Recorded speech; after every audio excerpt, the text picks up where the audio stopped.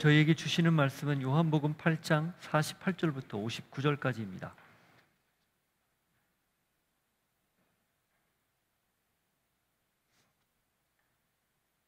같이 읽습니다. 유대인들이 대답하여 이르되 우리가 너를 사마리아 사람이라 또는 귀신이 들렸다 하는 말이 옳지 아니하냐? 예수께서 대답하시되 나는 귀신 들린 것이 아니라 오직 내 아버지를 공경함이거늘 너희가 나를 무시하는도다. 나는 내 영광을 구하지 아니하나 구하고 판단하시는 이가 계시니라. 진실로 진실로 너희에게 이르노니 사람이 내 말을 지키면 영원히 죽음을 보지 아니하리라. 유대인들이 이르되 지금 내가 귀신 들린 줄을 아노라. 아브라함과 선지자들도 죽었거늘 내 말은 사람이 내 말을 지키면 영원히 죽음을 맛보지 아니하리라 하니 너는 이미 죽은 우리 조상 아브라함보다 크냐? 또 선지자들도 죽었거늘 너는 너를 누구라 하느냐?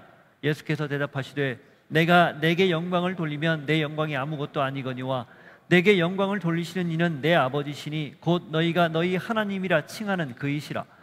너희는 그를 알지 못하되 나는 아노니 만일 내가 알지 못한다 하면 나도 너희같이 거짓말쟁이가 되리라. 나는 그를 알고 또 그의 말씀을 지키노라. 너희 조상 아브라함은 나의 때에 볼 것을 즐거워하다가 보고 기뻐하였느니라. 유대인들이 이르되 내가 아직 50세도 못 되었는데 아브라함을 보았느냐? 예수께서 이르시되 진실로 진실로 너희에게 이르노니 아브라함이 나기 전부터 내가 있느니라 하시니 그들이 돌을 들어 치려 하거늘 예수께서 숨어 성전에서 나가시니라. 하나님, 처음부터 계셨던 하나님께서 우리의 구원을 위해서 이 땅에 오신 사실을 오늘 본문을 통해 다시 확인하고 그래서 그걸 깨우치고 가르치려 유대인들과 기꺼이 논쟁한 예수 그리스도의 그 음성을 오늘 우리가 같이 듣는 귀한 시간 되게 하옵소서.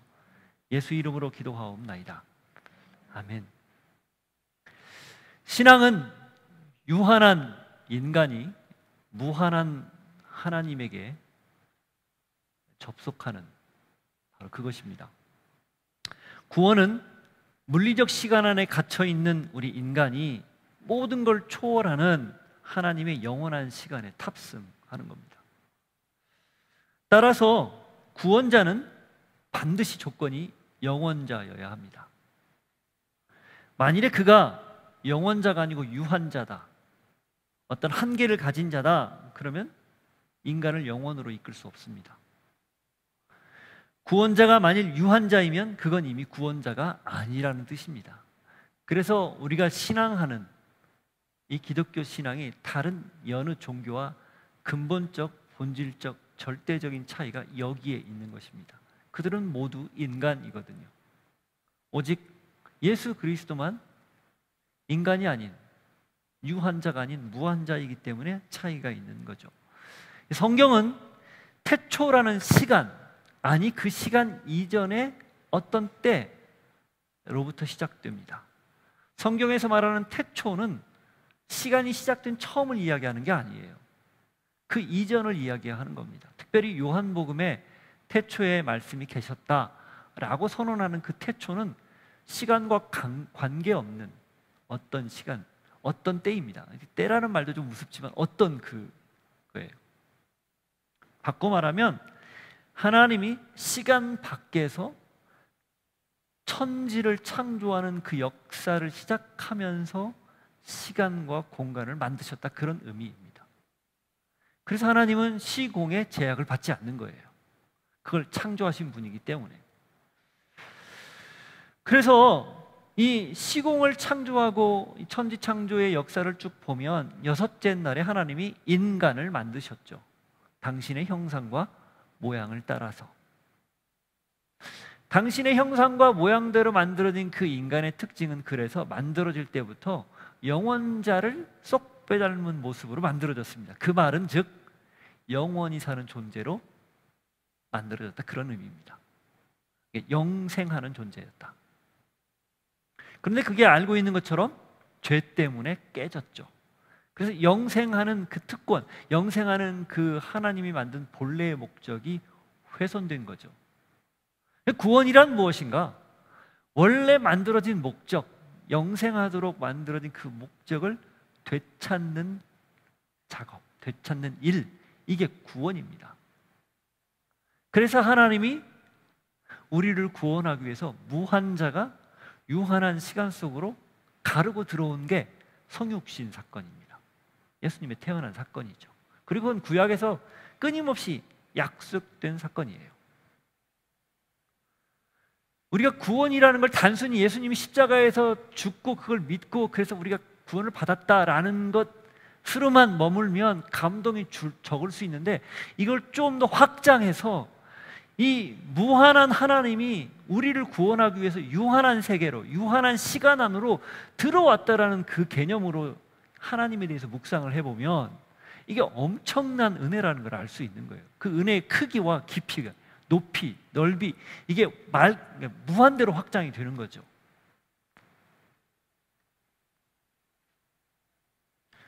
그래서 예수님이 공생의 기간 내내 하신 말씀은 시종일관 나를 믿어야 된다, 내 말을 지켜야 된다, 이거였어요. 그 말은 곧 무슨 뜻인가? 무한자라는 사실을 인정해야 되고, 내 말이 곧 하나님의 말이기 때문에, 내 말이 곧 삼위 하나님의 말씀이기 때문에 그걸 지켜야 된다, 이걸 반복해서 가르쳐 왔습니다. 그런데 지금 저희가 보고 있는 6장부터 시작된, 아니 그 앞부터 시작된 유대인들과 또 특별히 유대 종교 지도자들과 예수님 사이의 논쟁을 하나하나 이렇게 살펴보면 유대인들은 계속해서 온 마음을 다해서, 모든 걸 다해서 예수님의 말씀을 밀어내고 있습니다. 거부하고 있어요. 왜 그래요? 그들이 잘못된, 왜곡된 신앙을 가지고 있었고 하나님에 대한 잘못된 인식을 가지고 있었기 때문에 자기 눈에 보이는 육체를 입고 나타나 있는 갈릴리의 촌부, 30세가 갓 넘은 청년, 그 사람을 하나님이라고 인정할 수 없는 거죠. 근데 그도 그럴 것이, 우리가 만일 그 시대로 가서 그 시대의 유대인이었다고 가정을 해보세요. 역시 마찬가지였을 겁니다. 도저히 납득할 수 없고 받아들일 수 없는 것이죠.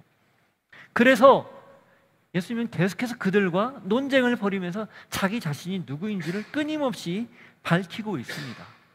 그러면서 동시에 그걸 믿고 그 모든 걸 건너뛰어서 믿고 따르면 거기에 초월자와 무한자와 접속할 수 있는 그런 특권이 주어질 것이라 지금 강조하고 있는 거예요. 오늘 우리 말씀 제목이 처음부터 존재했기에라고 돼 있는데 그 이유가 있습니다. 그렇기 때문에 예수님이 구원자가 될 수 있다는 거예요. 그렇기 때문에 그분이 우리의 구세주가 된다는 거죠. 지금 예수님이 그걸 유대인들에게 강조하고 가르칠 거예요. 우리가 본문을 따라가면서 같이 들으면서 우리 역시 이 예수님에 대해서 다시 분명하게 재확인을 하고 늘 그 무한자의 유한한 내가 접속하는 것, 이게 가장 큰 특권이고 신앙의 길이라는 걸 확인할 수 있으시기를 바랍니다. 37절부터 47절까지 지난주 봤던 본문이에요. 유대인과 예수님이 누가 유대인의 아버지인지 논쟁을 했어요. 그들은 자신 있게 아브라함이라고 얘기했죠. 그러나 예수님은 너희가 아브라함의 자녀가 아니다. 만일에 아브라함의 자녀였으면 아브라함이 했던 것처럼 너희들도 했을 것인데 아브라함도 장차 올 메시아를 기다리고 믿음 가운데 소망하면서 죽었는데 너희들은 메시아가 눈앞에 딱 나타났는데도 전혀 반응하지 않고 있다. 그러니 너희들은 아브라함의 자식이 아니고 마귀의 자식이다. 이런 말을 했어요. 예수님 굉장히 논리적이고 또 상당히 강경한 어조로 지금 말씀을 하고 있는 거죠. 그 말에 이 유대인들이 더는 예수님하고 이렇게 논리적이거나 여러 가지 이 구약의 율법을 따져가면서 말하기가 어렵다고 깨달은 듯해요. 그래서 그들이 어떻게 반응을 하냐면 감정적으로 약간 감정이 섞인 듯한 그런 표현을 서슴지 않습니다. 48절 유대인들이 대답하여 이르되 우리가 너를 사마리아 사람이라 또는 귀신 들렸다 하는 말이 옳지 아니하냐. 지금 논쟁 47절까지의 논쟁을 통해서 예수님의 말에 반박을 할 수 없으니까 이제 말꼬리를 다른 데로 돌리는 거예요. 사마리아인이다. 두 번째는 귀신이 들렸다. 이렇게 얘기합니다. 이 사마리아인이다 라고 표현하는 건 사실 굉장히 뭐라고 그래, 하찮게 보고 욕하는 것과 같습니다. 에이 하고 욕하는 것과 같은 거예요. 유대인들은 이방인들을 사람 취급 안 했습니다. 동물 취급했어요. 그것도 그들이 가장 멸시하는 동물 중에 하나인 개, 돼지 취급을 했어요. 근데 그 중에서도 사마리아인들은요, 완전히 저급한, 아예 상종조차 안 하는 그런 사람으로 취급했어요. 오죽했으면 갈릴리에 사는 사람들이 유대 예루살렘으로 내려가려면 그 사마리아 길을 통과하면 빠르거든요. 근데 그 길을 저쪽 서해안 길로 돌거나 아니면 동해안, 요단을 건너서 동해안 길로, 동쪽 그 요단강 동쪽을 건너서 이렇게 돌아갔어요. 예수님이 4장에 보면 수가성을 지나가지 않습니까? 사마리아 땅. 굉장히 이례적인 사건이에요. 그러니까 여인도 그러잖아요. 아니, 당신들은 우리하고 상종하지 않는데 왜 나한테 말을 거세요? 그리고 여긴 왜 지나가세요? 이렇게 말을 하거든요. 흔하지 않은 일이었기 때문에. 그만큼 사마리아 사람들은 아주 홀대 정도가 아니라 멸시했던 그런 사람들인데 사마리아인이라고 지금 말하고 있는 거예요. 근데 사실 6장 42절에 보면은 예수님이 어디 출신인지를 유대인들이 알고 있었어요. 갈릴리 출신이라고 알고 있었어요. 그런데도 사마리아인이라고 말하는 건 지금 기분이 나쁘다는 거예요. 당신 말이 옳아서 기분이 나쁜 것보다는 당신 말이 맞긴 맞는데 반박할 능력이 없으니 기분 나쁘다 해서 지금 사마리아 사람이라고 막 뭐라고 하는 거예요. 그리고 귀신이 들렸다, 이건 사실 예수님이 이미 여러 번 들었던 내용이죠. 마가복음 3장 22절이나 마태복음 12장 24절에 보면 바알세불, 귀신의 왕, 귀신이 들려서 저런 일들을 한다라고 계속 했던 그런 얘기입니다. 예수님이 그 말을 들었어요. 자, 근데 거기에 반응을 어떻게 하십니까? 49절, 50절. 예수께서 대답하시되 나는 귀신 들린 것이 아니라 오직 내 아버지를 공경함이거늘 너희가 나를 무시하는도다. 나는 내 영광을 구하지 아니하나 구하고 판단하시는 이가 계시니라. 사마리아 사람에 대한 반박은 아예 하지도 않습니다. 그럴 가치도 없다는 거죠. 그냥 접어버리는 거예요. 그리고 귀신 들렸다라는 말에 대해서만 답변을 해요. 귀신 들린 것이 아니다 이렇게 얘기를 합니다. 뭐라고 얘기합니까? 오직 내 아버지를 공경한다 이렇게 얘기합니다. 하나님을 공경하는데 하나님을 공경하는 자가 귀신 들릴 리가 없다 그 얘기예요. 그리고 그걸 어떻게 해요? 하나님이 판단하신다 그렇게 얘기합니다. 50절 마지막에 보면 판단하시는 이가 계시니라. 이 말은 하나님이 당신의 눈앞에서 지금 보고 있다 그리고 옳다라고 이야기한다 그 말이에요. 자신의 영광을 구하지도 않고 하나님을 공경하고 하나님을 오직 따르고 있는데 귀신이 들렸다는 말은 틀렸다 그 이야기이죠. 자, 유대인들의 전형적인 특징이 뭡니까?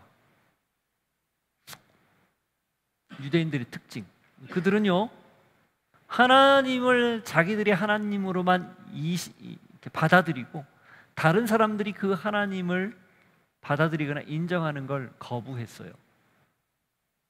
그래서 복음을, 하나님을 먼저 그들에게 알리고 그 알린 하나님을 그들이 다른 민족들에게 전하기를 바랬는데 웬걸 그런 일은 전혀 일어나지 않고 자기들만 하나님을 독식했습니다. 그리고 그 하나님에 대해서 심지어는 시간이 거듭될수록, 시간이 흐를수록 왜곡하고 자신들의 하나님으로 딱 제한해버리는 그런 우를 범했어요. 여기 왜 예수님이 나는 내 영광을 구하지 아니한다 이 표현을 썼을까요? 이건 유대인들을 향해서 지금 하는 말과 같습니다. 너희들은 하나님을 빙자해서 너희들의 영광을 구하고 너희들의 유익을 구하는 사람들이다 이런 뜻이에요. 근데 예수님은 그렇지 않다는 거죠. 그걸 하나님이 지금 증명하고 있다 그 말이죠. 이사야 42장 8절, 48장 11절을 한번 차례로 보겠습니다. 이사야 42장 8절 먼저 보죠. 하나님이 이런 표현을 썼어요. 이사야서에서 42장 8절 나는 여호와이니 이는 내 이름이라 나는 내 영광을 다른 자에게 내 찬송을 우상에게 주지 아니하리라. 하나님이 당신의 거룩한 이름을 드러내는데 나는 여호와다, 이게 내 이름이다. 근데 나는 내 이름의 영광을 다른 누구에게도 주지 않는다. 내가 오직 그 영광을 가지고 있다. 그런 의미죠. 48장 11절 비슷한 말씀인데 또 이렇게 되어 있어요. 나는 나를 위하여 일을 이룰 것이라. 어찌 내 이름을 욕되게 하리요 내 영광을 다른 자에게 주지 아니하리라. 하나님께서 이 이사야를 통해서 예언의 말씀을 주시는데 내 이름의 영광을 다른 자에게, 내 영광을 다른 자에게 결코 주지 않는다, 이런 말씀을 하셨어요. 하나님 스스로 영광스러운 존재다라는 걸 밝히는 거죠. 그런데 이스라엘 사람들이 유대인들이 어떤 잘못을 범했는가? 하나님을 빙자해 모든 것들을 자기 영광으로 취하는 잘못을 결국 갔더라는 겁니다. 자기 자신이 하나님을 통해서 자기의 유익과 영광을 마음껏 누리려고 하는 거죠. 이건 사실 비단 유대인들뿐 아니라 오늘 우리에게도 흔하게 벌어질 수 있는 일입니다. 하나님의 이름을 빙자해서 내 유익을 구하는 거죠. 내 필요를 채우려고 매달리는 거죠. 기업을 하든 아니면 어떤 사업을 하든 어떤 일을 꾸미든 하나님의 영광을 위한다는 분명한 목적을 내세우는데 엄밀히 따져보면 자기의 유익과 자기의 영광을 위해 하는 경우들이 허다하다는 겁니다. 아닌 경우도 있겠죠. 그러나 따져보면 하나님의 이름을 빙자해서 내가 잘 되기를 원하는 그런 욕심일 때가 간혹 있더라는 겁니다. 교회도 마찬가지예요. 하나님의 영광을 위해서 교회를 섬긴다, 어떤 교회 구조물이나 건물, 또 교회의 어떤 영향력 이런 것들을 넓힌다, 이렇게 말을 해요. 그리고 그걸 위해서 같이 기도도 해요. 그런 예들이 흔하게 저희 귀에 들리지 않습니까? 근데 그게 엄밀히 따지면 그게 하나님의 영광입니까? 아니면 자기가 섬기는 자기 교회의 영광입니까? 자기 사역의 영광입니까? 이거 쉽지 않은 일이에요. 늘 그런 도전 앞에 우리는 항상 있습니다. 예수님도 분명하게 나는 내 영광을 구하지 않는다, 하나님이신 그분조차 이렇게 말씀을 했다면 우리는 유대인들이 쉽게 범하는 이 잘못, 그리고 오늘날 우리가 쉽게 범할 수 있는 이 실수 주의해야 한다는 거죠.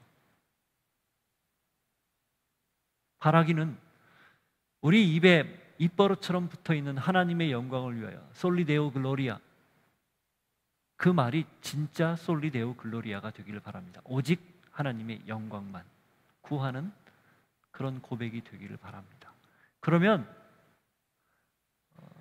처음 기도할 때 읽었듯이 우리 예수님의 모습을 따라 겸손해야만 가능한 일이고 겸손해질 수밖에 없는 것이 저희의 정체성이라는 것을 여러분들이 잊지 않기를 바라요. 자, 그렇게 말씀을 하고 예수님이 이어서 51절에 이 말씀을 연이어 합니다. 이 51절, 진실로 진실로 너희에게 이르노니 사람이 내 말을 지키면 영원히 죽음을 보지 아니하리라. 여기 내 말을 지키면 영원히 죽음을 보지 않는다, 이미 여러 번 반복한 말씀이에요. 5장 24절 한번 보시죠.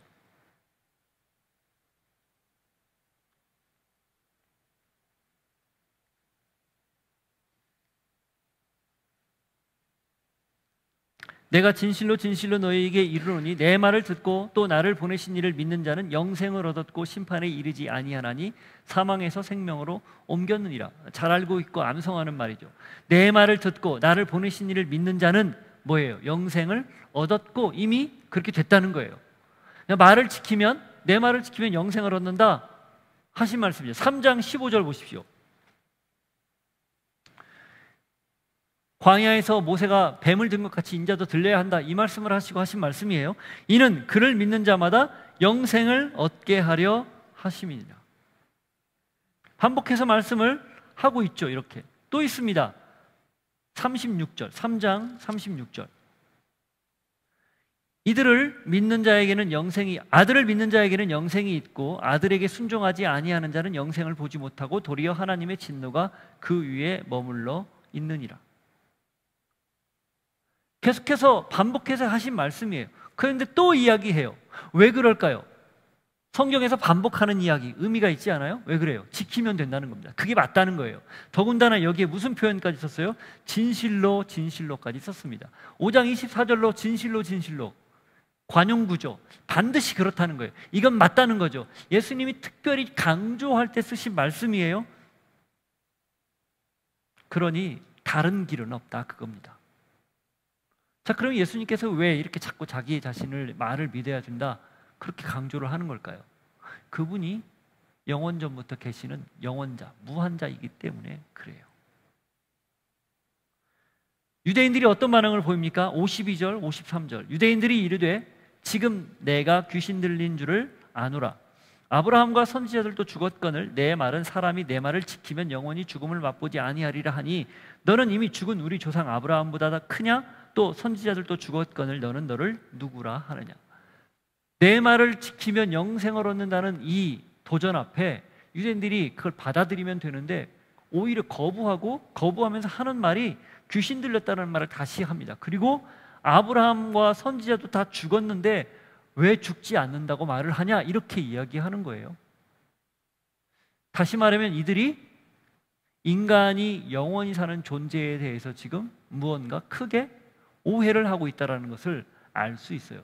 그런데 이게 안 맞는 이야기예요, 그들 안에 스스로. 왜냐하면 시편 16편을 한번 보십시오. 시편 16편 8절부터 11절인데요 다윗이 지은 시예요.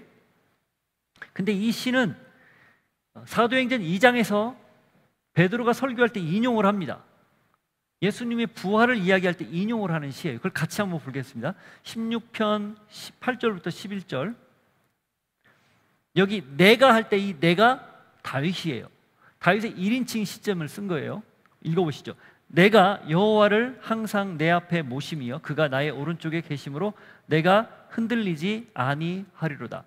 이러므로 나의 마음이 기쁘고 나의 영도 즐거워하며 내 육체도 안전히 살리니 이는 주께서 내 영혼을 스올에 버리지 아니하시며 주의 거룩한 자를 멸망시키지 않으실 것임이니이다. 주께서 생명의 길을 내게 보이시리니 주의 앞에는 충만한 기쁨이 있고 주의 오른쪽에는 영원한 즐거움이 있나이다. 특별히 거기 10절 내 영혼을 스올에 버리지 않고 거룩한 자를 멸망시키지 않는다. 이게 사도행전에 가보면, 오늘 성경을 좀 많이 왔다 갔다 하는데 사도행전 2장 한번 보십시오. 이걸 그대로 베드로가 인용해서 이 말씀을 예수님의 부활과 거기에 따른 우리의 영생으로 연결을 해서 설명을 합니다. 이 사도행전 2장은 여러 성경 구절들을 인용을 했어요. 근데 그 중에 이 2장 29절 보시죠. 형제들아 내가 조상 다윗에 대하여 담대히 말할 수 있노니 다윗이 죽어 장사되어 그 묘가 오늘까지도 우리 중에 있도다. 그는 선지자라 하나님이 이미 맹세하사 그 자손 중에 한 사람을 그 위에 앉게 하리라 하심을 알고 미리 본고로 그리스도의 부활을 말하되 그가 음부에 버림이 되지 않고 그의 육신이 썩음을 당하지 아니하리라 하더니 이 예수를 하나님이 살리신지라 우리가 다 이 일의 증인이로다. 거기 여러분 성경책 다 가지고 있으시니까 29절 위에 보면 10편, 16편 8절에서 11절이라고 빨간 걸로 보이죠? 인용한 내용이에요. 이게 무슨 말이냐면 베드로가 예수님이 죽었다가 부활했다는 말을 유대인들에게 회당 앞, 성전 앞에서 설교할 때 이 10편, 16편 말씀을 인용한 거예요. 그 이야기는 곧 유대인들이 10편, 16편을 알고 있었다, 모르고 있었다? 알고 있었다는 뜻이에요. 그건 다시 말하면 인간이 영원한 존재로 지음받았고 하나님에게만 접속을 하면 영생하는 존재다라는 사실을 알고 있었다라는 거예요. 10편, 16편에 다윗이 1인칭 시점으로 내가 계속 반복해서 말하잖아요. 내가 스올에 버림을 당하지 않고 거룩한 자가 멸망당하지 않는다. 이 말이 곧 영생하는 존재로 인간이 처음부터 지어졌다라는 것을 의미하는 거예요. 유대인들이 이걸 다 알고 있는데 알고 있음에도 불구하고 지금 예수님 앞에서 당신이 귀신 들렸다. 어떻게 인간이 영원히 사냐? 아브라함이 살아있느냐? 선지자들이 살아있느냐? 다 죽고 없지 않느냐? 근데 어떻게 내 말을 믿으면 영원히 산다고 말을 하느냐? 이런 뜻이에요. 스스로 모순에 봉착한 이야기를 하는 거예요. 알고는 있지만 인정하기 싫은 거죠. 알고는 있지만 그게 이 자기들 눈앞에서 이야기하는 나사렛 예수와 연결짓기는 싫은 거예요. 지금 이 예수가 자기들 눈에 볼 때 가짜인지 이단인지 사이비인지 현혹시키는 자인지 아직 결정을 못했기 때문이에요. 그러니까 지금 한 발짝 떼어서 너 귀신 들렸다라고 다시 말을 하는 거죠.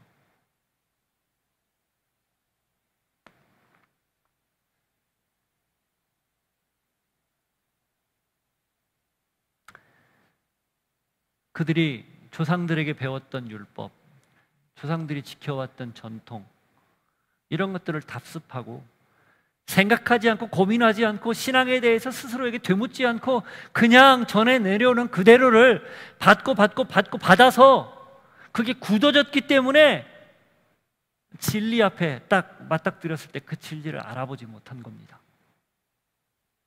다시 말하면 신앙이 어제, 오늘, 내일 늘 똑같이 변함없이 스스로에게 하나님의 말씀 앞에 내가 온전히 건강하게 살고 있는지를 되묻지 않았기 때문에, 자성이 없었기 때문에 관성으로 살았다 그 말이에요. 이건 누구나 예외 없습니다. 아무리 훌륭한 신앙인이라 해도 그냥 해왔던 습성대로 살면 관성대로 사는 거예요. 특별하게 깨우침도 없고 스스로에 대한 자성도 없고, 그래서 하나님에 대한 깊은 성찰도 없어지는 거예요.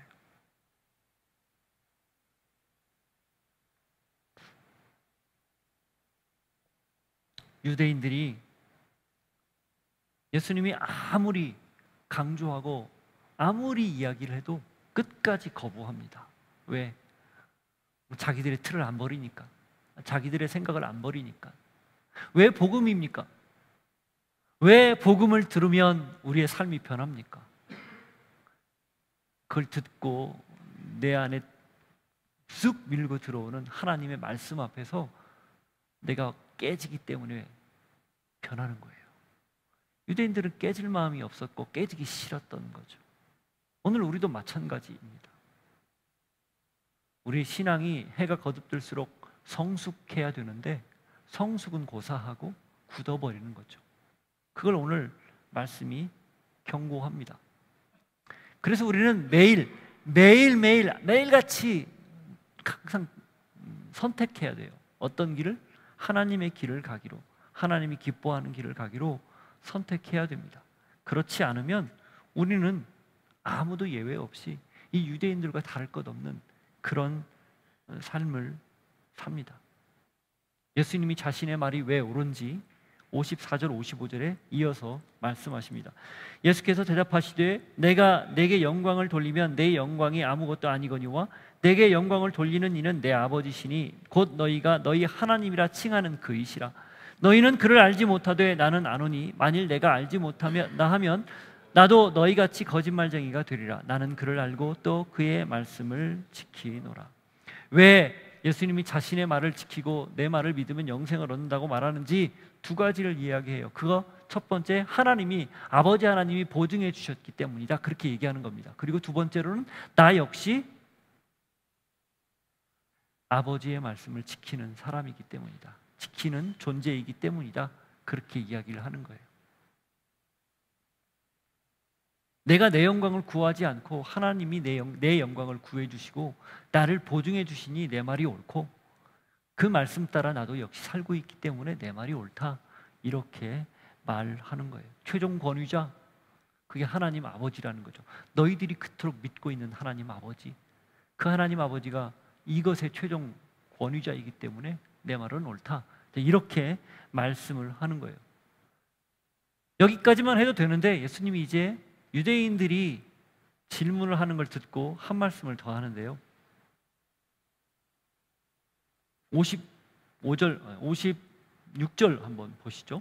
너희 조상 아브라함은 나의 때 볼 것을 즐거워하다가 보고 기뻐하였느니라. 예수님이 한 말씀 더 해요. 아브라함, 너희들이 그토록 아비라고 여기고 너희들이 조상이라고 여기는 그 아브라함조차도 나의 때 볼 것을 즐거워하다가 보고 기뻐했다, 이 표현을 씁니다.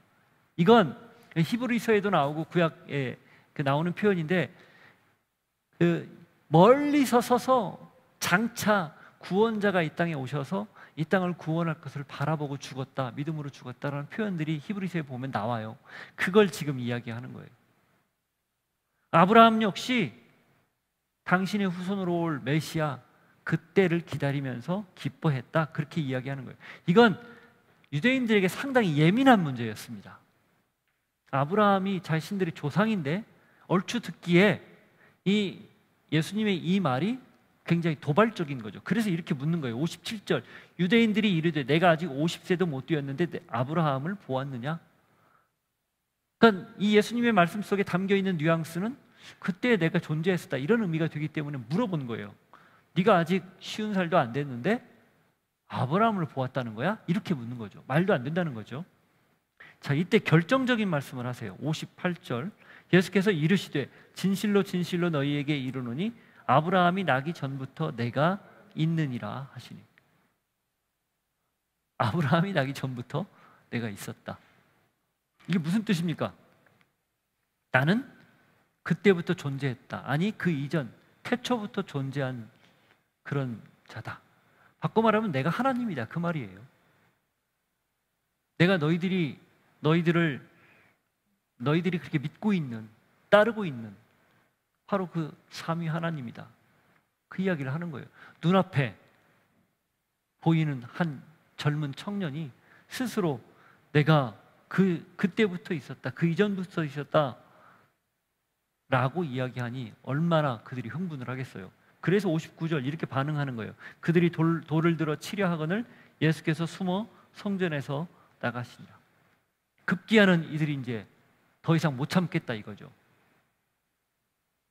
자칭 하나님이라고 이야기를 했으니 그걸 어떻게 가만두어요? 하나님의 이름을 망령되이 일컫는 자는 돌로 쳐 죽이는 거죠.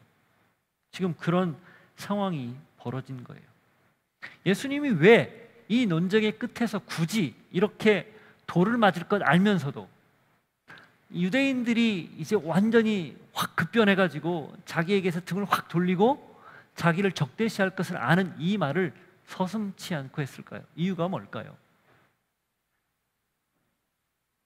당신이 하나님이라는 사실을 숨길 필요가 없다는 겁니다. 당신이 무한자요 영원자라는 사실을 감출 필요가 없다는 거예요. 아니, 그걸 알리고 그걸 받아들여야만 구원이라는 관계가 성립이 되기 때문에 이제 밝히 나타내는 거예요. 다시 말하면 예수님의 때가 이제 얼마 남지 않았다는 뜻도 됩니다. 이 논쟁을 하는 때가 초막절과 유월절 사이예요. 예수님 공생의 마지막 초막절, 마지막 유월절. 초막절과 유월절 사이는 초막절이 대략 한 10월쯤이었으니까 유월절이 3, 4월, 대략 6개월 정도 차이가 있거든요. 그 사이에 벌어진 일입니다. 공관복음서는 이때 벌어진 사건들을 아주 중점적으로 유대인들과 격하게 논쟁하는 내용들을 다루고 있어요. 그래서 점점 예수님에 대해서 특별히 종교 지도자들이 죽이려고 살기가 등등한 그런 때죠. 왜 그럼 예수님이 이걸 다 알고 이렇게 하셨을까? 알려야 되기 때문이에요. 받아들여야 되기 때문이에요. 그 사실을 부인하거나 거부하면 더는 길이 안 열리기 때문입니다. 이 즈음에 마태복음 16장에서 예수님이 가이사랴 빌립보의 제자들을 데리고 가서 마지막 파이널 테스트를 해요. 사람들이 나를 누구라 하느냐? 세례 요한이 다시 살아났다고도 하고 더러는 엘리야라고도 합니다. 그러면 너희를 나를 누구라고 하느냐? 파이널 테스트, 기말고사 같은 시험이에요. 그때 베드로가 주는 그리스도시요 살아계신 하나님의 아들입니다, 이 고백을 드렸죠. 이런 고백들을 베드로나 제자들뿐 아니라 유대인들에게서도 지금 들어야 되기 때문에 예수님이 이걸 하시는 거예요. 아이 뭐 십자가에서 돌아서서 이렇게 배반하고 저를 십자가에 못 박으라고 이렇게 이야기할 걸 다 알고 있으시면서 왜 굳이 이런 노력을 하실까? 그럴 필요 없지 않습니까? 그냥 제자들만 잘 가르쳐서 그들이 결국 나중에 예수님이 누구라는 사실을 밝히고 다닐 것이니까 그렇게만 해도 되는데 왜 굳이 이런 위험을 무릅쓸까요? 그건 우리 생각이에요. 하나님의 마음은 어쩌면 12명의 제자들뿐 아니라 결국 마지막에는 12명의 제자들로 국한이 됐지만 그들뿐 아니라 성경에 기록되지 않은 다른 수많은 제자들조차도 예수님이 하나님이라는 사실을 받아들이고 그분이 무한자라는 사실을 인정하고 십자가를 이해하고 믿기를 원했던 마음 때문에 이렇게 굳이 위험 부담까지 가지고 이야기를 하고 있는 거예요. 태초부터 존재해왔기 때문에 그 존재를 받아들여라. 그러면 영생이 주어질 것이다. 이 말씀을 하는 거죠. 여러분, 그건 지금 오늘 우리에게도 동일합니다. 교회를 다닌다고, 성경을 읽고 있다고, 예배를 드리고 있다고, 우리가 교회에서 해야 할 마땅한 신앙, 성도의 의무를 다 하고 있다고 우리의 구원이 따놓은 당상일까? 물음표예요. 그건 아무도 몰라요. 그러면 아닙니까? 그것도 물음표예요. 따라서 두렵고 떨리는 마음으로 매일같이 우리의 삶이 일상 속에서 매 순간순간이 하나님 안에서 그 무한자인 처음부터 존재했던 분에게 접속하기를 꿈꾸지 않으면 우리의 신앙은 어느 순간 곁길로 갈 수 있다는 뜻입니다. 이건 모두에게 동일해요. 아무도 예외가 없어요. 마지막으로 우리 열왕기상 18장을 한번 읽어보죠. 유명한 말씀입니다. 그리고 이 말씀은 엘리야가 이 이스라엘 사람들, 당시 하나님을 알고 있다는 사람들을 향해서 내뱉은 이 피 맺힌 절규 같은 그런 고백이지만, 그런 어떤 말이지만 오늘 우리에게도 동일하게 주어지는 말이라고 확신을 합니다. 18장 21절 20절부터 보죠. 아합이 이에 이스라엘의 모든 자손에게로 사람을 보내 선지자들을 갈멜산으로 모으니라. 아시죠? 갈멜산에서 지금 바알과 아스타롯을 섬기는, 아세라를 섬기는 선지자들 이 850명과 지금 850대 1로 지금 붙어 있는 상황이잖아요.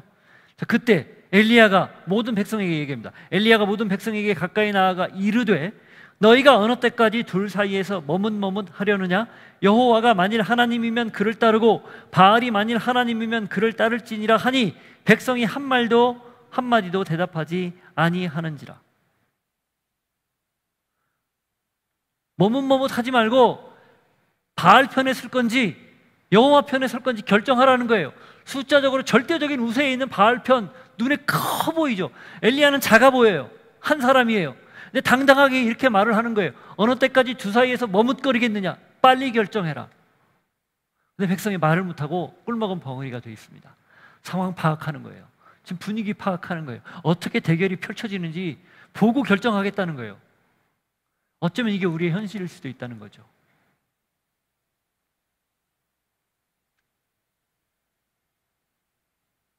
베이직 교회를 비롯한 형제 교회들이 여느 교회가 걸어가지 않는 길을 가기로 결정을 했어요.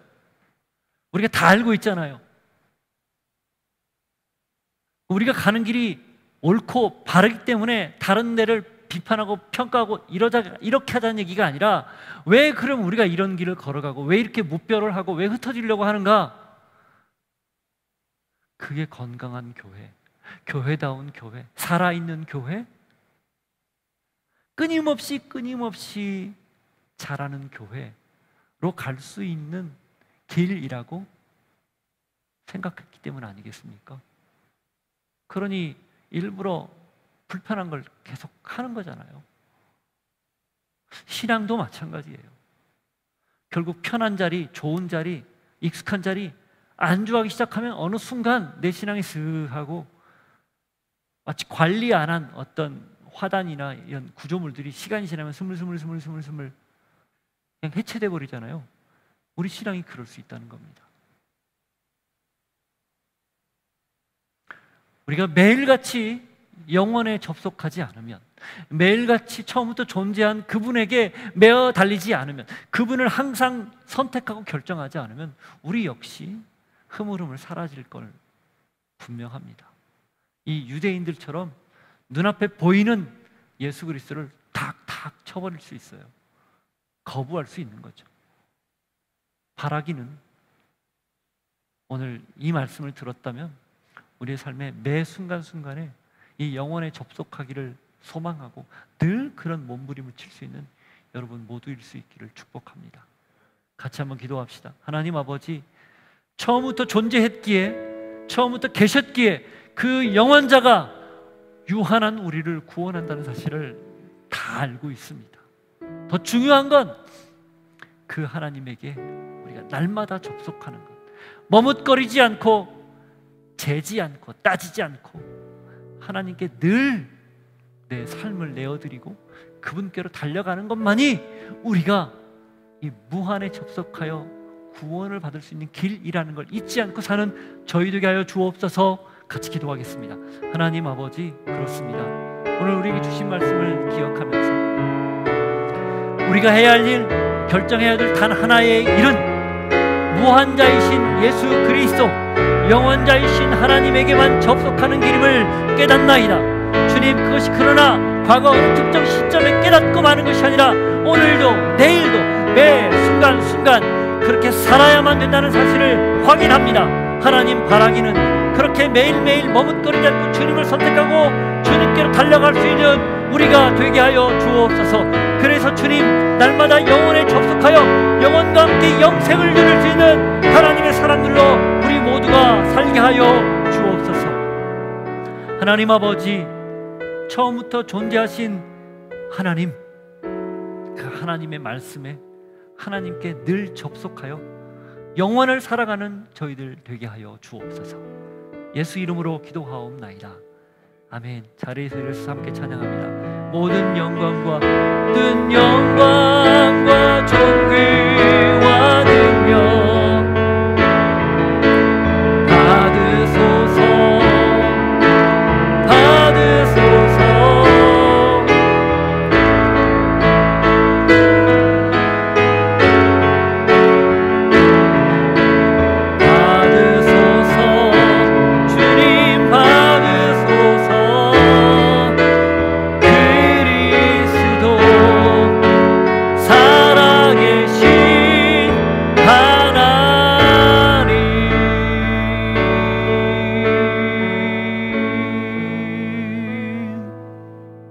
그렇기 때문에 모든 영광과 찬양과 존귀와 능력을 주님만이 받기를 소망합니다. 매일같이 주님께로 접속하여 그런 삶을 살기를 소망합니다.